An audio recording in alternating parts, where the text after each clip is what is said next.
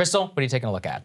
Well, guys, after being fired from CNN for shamelessly advising his brother, the governor of New York, and lying about it, Chris Cuomo has reemerged. In an interview with News Nation, he professed his high integrity and refused to admit that he did a single thing wrong. He claimed CNN knew exactly the extent of his role advising his powerful brother as he faced multiple scandals. That claim actually could be true, and he professed a newfound commitment to independent media, bashing the duopoly and posturing as a rogue truth teller. Okay. Folks, there is a lot to unpack here. First of all, let's listen to Mr. Cuomo spin, gaslight, and deflect on the scandal that led to his firing. Everything I know about this situation tells me that, of course, there's a conflict of interest. But people got that, Dan. Nobody thought I was interviewing my brother the way I interview other people. That wasn't the point of purpose of those things. And I even said at the time, and people were like, you don't need to say that. The time will come when he can't come on this show anymore. There will be a time for accountability. There always is in crisis. And I can't cover him about that. People got that. He can characterize it however he wants. He can say, oh, it's just about getting information out there. The bottom line is his brother was the governor of New York. He's a Democrat. He's a politician. And he's coming on a program that's supposed to be doing journalism. Mm-hmm. And that was the argument. It's a good argument. I think on the written test, you get an A. But life isn't a written test. It's a practical test, and you have to take the circumstances as they are. When I said I didn't make press calls, I meant to manipulate the story.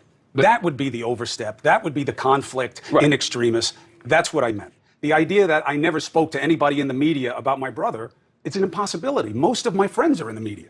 You know, but you were calling, but there were specific conversations. I mean, you know, and I'm reading here, you know, Melissa DeRosa, rumor going around from Politico, 1 to 2 more people coming out tomorrow. Can you check your sources? You write back on it. No one has heard that yet. And then you say, I called a fellow journalist who works with Ronan a lot. I didn't want to contact Ronan directly. I know him. He's been good to me. He's been on my show, but I didn't want to. I didn't want to push up on him like that. It's not right. I mean, you were obviously doing recon to find out what was out there. I'm not saying to influence, but to find out. Look, I'm telling you what my intent was. The truth is in the language. I could have contacted Ronan. I could have contacted anybody who was working in the media. I got a lot of relationships. And I probably could have justified it by just saying, I just want to make sure that you're straight on the facts. I don't want to influence you. I never did that. And I think it's a distinction with a difference, and it's something that we'll figure out in the litigation. Chasing down leads on the women who were speaking out, repeatedly advising his brother's team, working his sources to find out what was dropping and when, only covering his brother when times were good, lying to his audience about pretty much all of it. Cuomo still believes all of this is totally above board and sound journalistically, even as he really can't directly defend it. I mean, it's an amazing moment when he tells his interviewer there, and close friend, by the way, Dan Abrams, that if you are choosing the correct answer on the written exam of journalistic ethics, then yeah, his handling was inappropriate. But that, quote, life isn't a written test, it's a practical test. This is shamelessly meaningless spin and total bullshit. Look, I could say a lot more about this. He claims the media treated him unfairly, somehow applying what he describes as a purity test, when in fact, the media looked the other way and even celebrated a lot of his conduct until his lies and ethical failings just became completely undeniable. But the bottom line of this whole section of the interview is that he thinks he acted impeccably, that it was a perfect phone call, so to speak. And in fact, that if anything, his failing was in being too selfless, caring too much about his family and the good of the American people over his own career interests. And that's what led to his downfall. That's what he really thinks. And it's kind of unbelievable. And the truly amazing thing is I actually think he believes this. A stunning feat of self-delusion, narcissism, and personal victimhood from the rich scion of one of the most connected families in all of America. Yeah, we feel real bad for you, buddy. But the part of the interview that I find even more amusing is his cope on landing at the well-funded but low-rated News Nation. Some context here. So News Nation is owned by Nexstar. They also actually now own Sagar and Mai's former employer over the hill. News Nation is an attempt to fill the centrist role CNN used to fill before CNN became resistance lib bait, and has collected a catalog of cast-off news anchors from the big 3 cable networks. Cuomo will be joining his former CNN colleague Ashley Banfield, former Fox News host Leland Vittert, former ABC News host Adrian Bankert, and so far this venture has gone exactly as well as you would expect. Obscurity and very low ratings. The Daily Beast reports News Nation typically generates about 10,000 viewers in the key demo. He'd be better off on CNN+. A look at their YouTube channel shows you just how much demand there is for their brand of bloodless, elite-friendly content. Their big bombshell interview here with their new huge get, Chris Cuomo, has so far generated about 6,000 views on YouTube. That's admittedly better than most of their content, which notches views in the hundreds rather than the thousands. Some of their videos do not even crack 100 views. Meanwhile, they've apparently shelled out massive cash for a fancy studio and mediocre but expensive talent. This channel will last as long as its funders are willing to lose millions and no longer. So Cuomo professes to be thrilled at the chance to, quote, build something special at News Nation, claiming he is done with the big game of media. Let's take a listen. I want to help. I want to find a way to help people. I'm going to come to News Nation, and I want to build something special here. Work with Dan, work with the team here. They've got great people who are really hungry to make a difference in ways that I think matter. I had decided that I can't go back to what people see as the big game. I don't think I can make a difference there. I think we need insurgent media. I think we need outlets that aren't fringe and just trying to fill their pockets. Don't listen to anybody else. Only listen to me. Don't trust that when you hear it. I'm going to do the job. I'm going to go where the news is. And I'm going to try very hard to be fair. And I want to do it here. I want to make a difference. And I'm really hoping that it makes a difference for you. And I thank News Nation very much for the opportunity. He just wants to help, guys.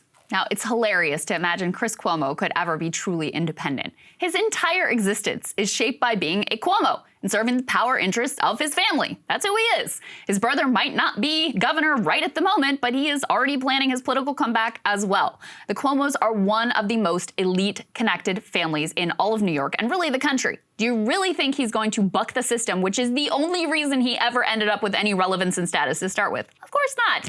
After all, none of us would ever have heard of Chris Cuomo if his last name was not Cuomo. He likely knows he can't hack it independent. He launched a podcast of his own recently, so he knows exactly how well all of that is going for him. And he's obviously been tossed from the heights of cable news, so a doomed but moneyed venture like News Nation really his only option here. And while he wants to put a triumphant spin on it, his comments earlier in the interview give away the fact that he is still a man of, by, and for the mainstream press. Transparent is different than honest. I am not indicting the media. That is done gratuitously and for personal gain. It's the fringes I worry about, not the mainstream media.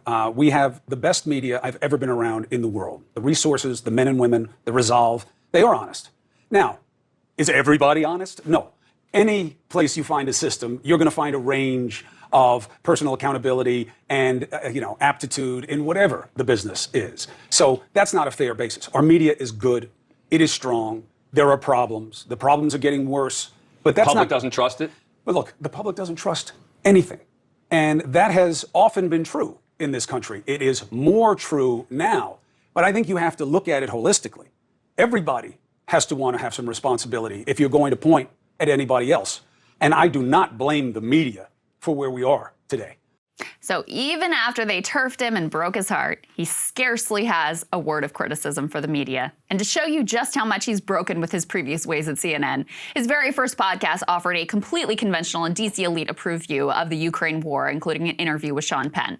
None of these people, not Cuomo, not the now canceled Sam B, or Keith Olbermann, who's launching a new podcast, or the many low-rated so-called stars of cable news, can understand why no one trusts them. Why outside of the rigged cable news ecosystem, they cannot get any traction. Why even within that ecosystem, their ratings just continue to slip lower and lower and lower.